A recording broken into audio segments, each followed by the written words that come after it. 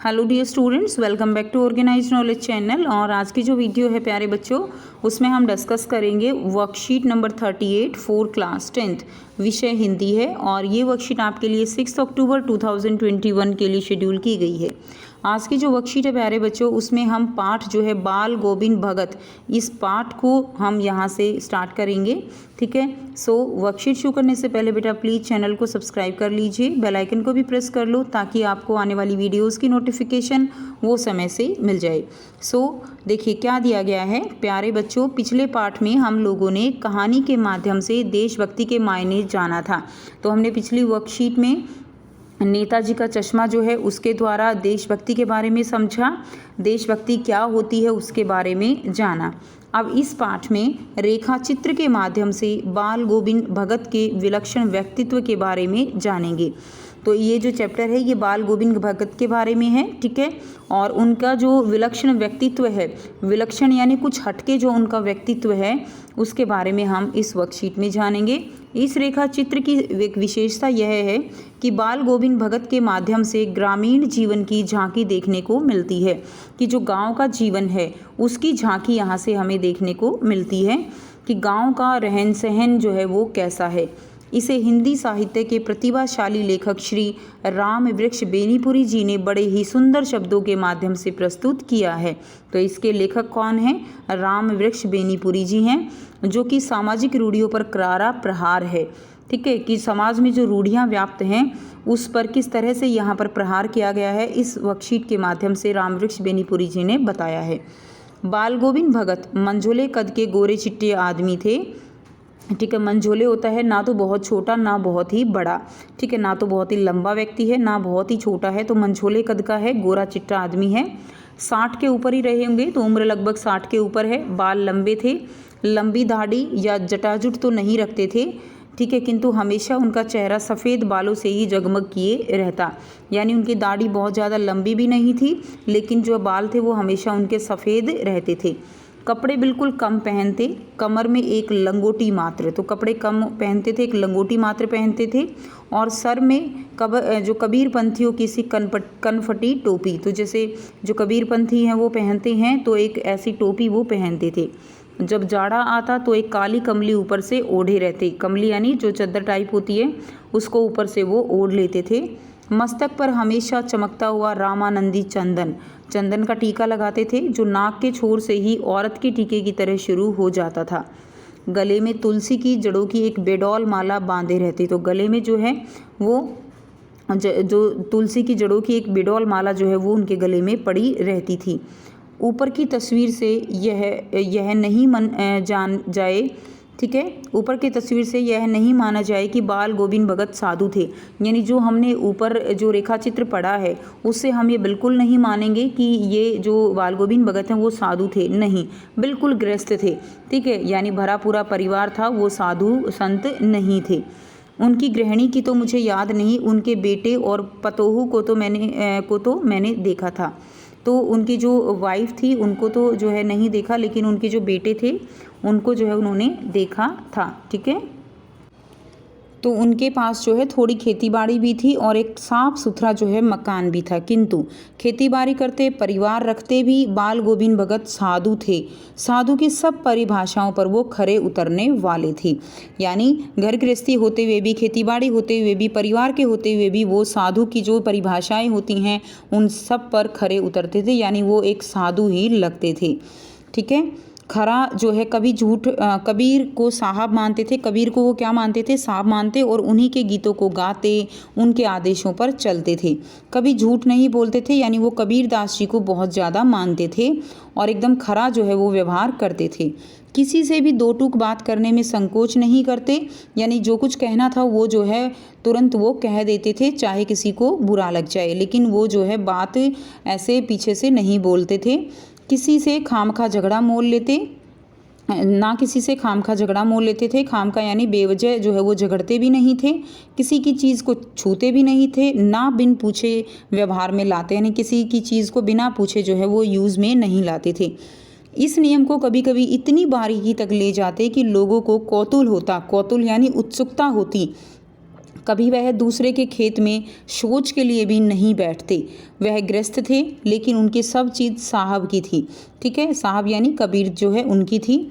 जो कुछ खेत में पैदा होता सिर पर लाद कर पहले उसे साहब के दरबार में ले जाते, जो उनके घर से 4 कोस दूर पर था। क्लियर है। तो जो कुछ जब अनाज की फसल होती थी तो अनाज जो है सबसे पहले वो जो मठ था वहाँ पर कबीरपंथी मठ वहाँ पर ले जाते थे, जो उनके घर से लगभग 4 कोस दूरी पर था। एक कबीरपंथी मठ से मतलब वह दरबार में भेंट के रूप में रख लिया जाकर प्रसाद के रूप में उन्हें जो मिलता उसे घर लाते और उसी से गुजर चलाते थे। ठीक है, वहाँ से उनको जो कुछ भी मिलता उसी को वो प्रसाद के रूप में समझकर उसी से अपना घर चलाते और उसी से गुजारा करते थे। उसके बाद देखिए अब आपको यहाँ पर कुछ प्रश्न दिए गए हैं। ठीक है, और यहाँ पर जो है आपको रेखा चित्र जो है क्या है उसके बारे में बताया गया है। रेखा चित्र जो है वो कहानी से मिलता जुलता साहित्य रूप है और यह नाम अंग्रेजी के स्केच शब्द का नाम है, यानी जैसे इंग्लिश में स्केच बोलते हैं हिंदी में रेखा चित्र बोलते हैं। तोल पर गढ़ा गया स्केच चित्रकला का अंग है और इसमें चित्रकला कुछ जो है इन्हीं गिनी रेखाओं व्यक्ति या दृश्य द्वारा किसी वस्तु को अंकित कर देता है, यानी किसी भी वस्तु का स्केच बनाना साहित्य में जिसे रेखा चित्र कहा जाता है। उसमें भी कम से कम शब्दों में कलात्मक ढंग से किसी वस्तु व्यक्ति या दृश्य का अंकन किया जाता है। तो उसमें भी जो है कलात्मक ढंग से किसी व्यक्ति का रेखा चित्र उसको क्या किया जाता है, उसको संक्षिप्त रूप में बताया जाता है। किसी व्यक्ति वस्तु घटना भाव का कम से कम शब्दों में मर्मस्पर्शी भावपूर्ण एवं सजीव अंकन है। तो रेखा चित्र बच्चों एक कला है, एक कलात्मक ढंग से जब किसी व्यक्ति वस्तु घटना या भाव को कम से कम शब्दों में एक कह सकते हो आप भावपूर्ण तरीके से एक सजीव अंकन करते हुए, जैसे कि ऐसा दिखाया जाता है जैसे वो चीज़ बिल्कुल हमारे सामने है, हम उसको फील कर रहे हैं। जैसे कुछ सीनरी ऐसी बना दी जाती है कि उसमें पूरा का पूरा थीम जो है वो आपको समझ में आ जाता है कि ये सीनरी किस बारे में है। तो वो क्या है, इस तरह से रेखा चित्र होते हैं। तो एक मर्मस्पर्शी यानी मन को छूने वाला भावपूर्ण जो है अंकन रेखा चित्र में होता है। अब आपको यहाँ पर देखिए फर्स्ट क्वेश्चन दिया गया है, उत्तर का चुनाव कीजिए। बाल गोविंद भगत पाठ किस विधा की रचना है? ऑप्शन जो क दिया गया है विकल्प क कहानी, ख निबंध, ग रेखा चित्र, घ जो है संस्मरण।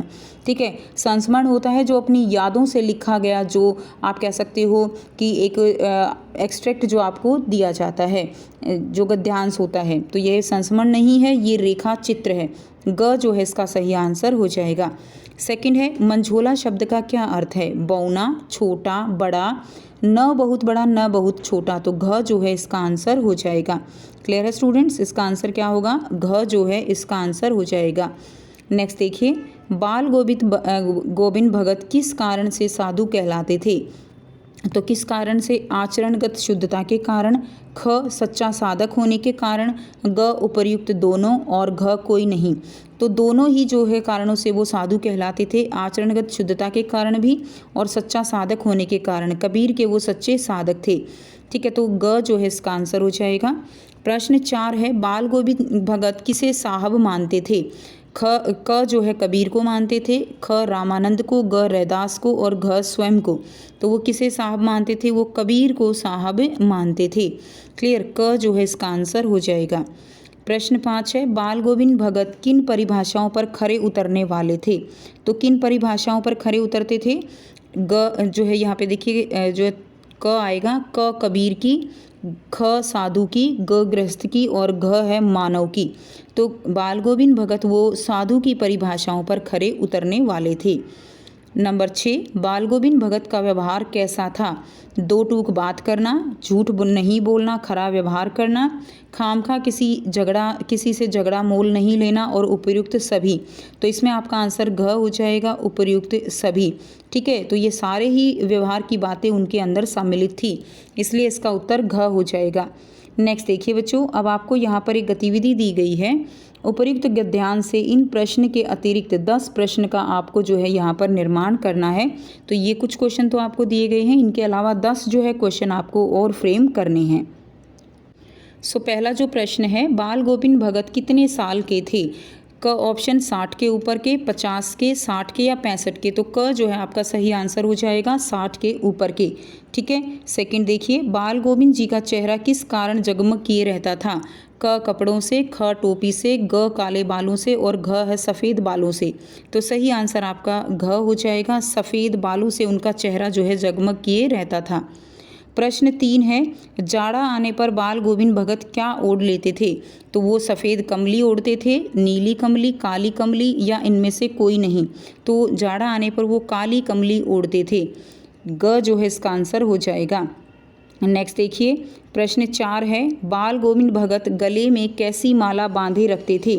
तो जो है उनके गले में कैसी माला होती थी? काली माला, सफ़ेद माला, कोई नहीं या तुलसी के जड़ों की बेडोल माला। ठीक है। तो उनके गले में जो है तुलसी के जड़ों की बेडोल माला उनके गले में होती थी। तो घ जो है इसका सही आंसर हो जाएगा। नेक्स्ट देखिए, क्वेश्चन नंबर 5 आपको दिया गया है, बाल गोविंद के गीतों में कैसा भाव व्यक्त होता था? तो बाल गोविंद के गीतों में कैसा भाव था? प्रभु मिलन का, देशभक्ति का, वियोग का या इनमें से कोई नहीं। तो उनके जो गीत थे उनके अंदर प्रभु मिलन का भाव जो है व्यक्त होता था। क्लियर है। नंबर क्वेश्चन 6 करेंगे, बाल गोविंद भगत किन के गीतों को गाया करते थे? ऑप्शन आपको दिए गए हैं, क रैदास के, ख कबीर के, ग रामानंद के और घ है इनमें से कोई नहीं। तो वो जो है किन के गीतों को गाते थे? कबीर के गीतों को गाया करते थे। यह आपका प्रश्न 6 का उत्तर होगा। नेक्स्ट देखिए, प्रश्न 7 जो फ्रेम किया गया है आपके लिए, बाल गोविंद भगत किसके आदर्शों पर चलते थे? कबीर के, रामानंद के, रैदास के या सूरदास के? तो बाल गोविंद भगत जो है वो कबीर के आदर्शों पर चलते थे, कबीर को वो साहब मानते थे। नेक्स्ट देखिए, प्रश्न 8 है, कौतूहल शब्द का अर्थ होता है? तो कौतूहल का शब्द जो का अर्थ क्या होता है? ऑप्शन के अनिच्छुक, ख उत्सुकता, ग सुंदर, घ उपयुक्त सभी। तो कौतूहल शब्द का अर्थ होता है उत्सुकता। ख जो है इसका आंसर हो जाएगा। नेक्स्ट देखिए, क्वेश्चन नंबर 9 है, जो कुछ खेत में पैदा होता था भगत जी सबसे पहले किसके दरबार में ले जाते थे? क साहब के, ख रामानंद के, ग रैदास के, घ इनमें से कोई नहीं। तो किसके दरबार में ले जाते थे? साहब के दरबार में ले जाते थे। तो क जो है इसका उत्तर हो जाएगा। नेक्स्ट देखिए, क्वेश्चन नंबर 10 लास्ट क्वेश्चन जो आपके लिए फ्रेम किया गया है, कबीर पंथी मठ जो है बाल गोविंद भगत के घर से कितनी दूरी पर था? 3 कोस दूर, 5 कोस दूर, 4 कोस दूर या 7 कोस दूर? तो सही आंसर हो जाएगा 4 कोस दूर की दूरी पर था। तो ये थी आपकी आज की बच्चों हिंदी की वर्कशीट। इसके अलावा अगर आप और कोई क्वेश्चन फ्रेम करना चाहते हो MCQ के 10 तो वो और भी आप कर सकते हो। अगर आप बच्चों को वीडियो अच्छी लगी तो प्लीज़ लाइक कर दीजिए, शेयर कर दीजिए और चैनल को सब्सक्राइब कर लीजिए। So thanks for watching students. मिलते हैं नेक्स्ट वीडियो में नेक्स्ट वर्कशीट के साथ। Take care, bye bye.